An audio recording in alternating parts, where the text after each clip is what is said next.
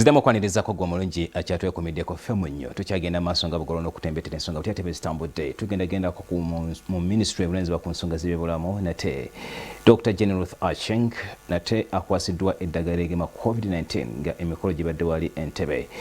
Bannaffe okuva mu ggwanga erya China saakate ne Norway be baleese eddagala lino okusobola okulaba nate nga COVID-19 alinyibwa ku nfeete. Bw'abadde ayogerako eri bannamawulire Dr. Ruth Acheng kinogaanyiza nga kaweefube okulaba nate nga abantu bagemwa ekirwadde kino ekya COVID-19 akyagenda mu maaso nga bugolo okusobola okulaba nate nga COVID-19 ataatirwa.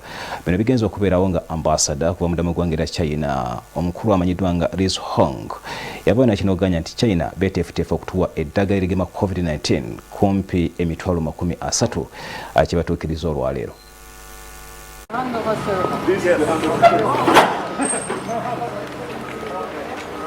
The Chinese government provides batches of assistance to Uganda to fight the pandemic, and the Uganda government includes the Chinese nationals living in Uganda in its overall vaccination program, and provides special equipment and facilitation for them to be inoculated with Chinese vaccinations.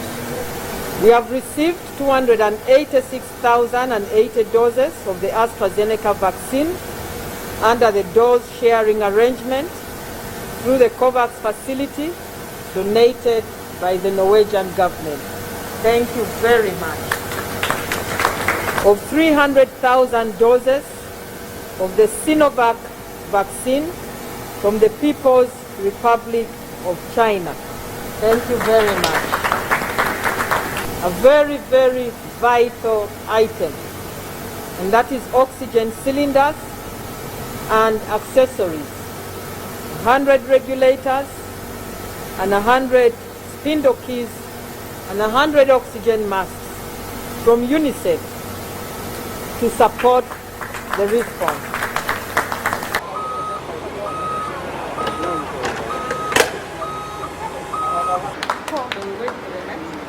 Olwaleero tubadde tukwasibwa mu butongole eddagala ery'okugema corona oba oliyite vaccine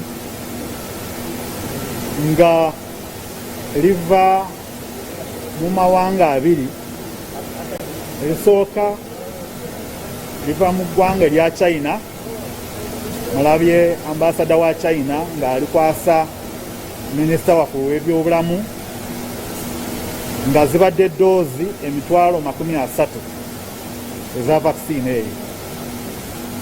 Eddala libadde liva mu gavumenti ya Norway, nalyo libadde olwaleero likwasibwa minisita waffe w'ebyobulamu mu butongole nga erya Norway zibadde ddoozi emitwalo 28,668.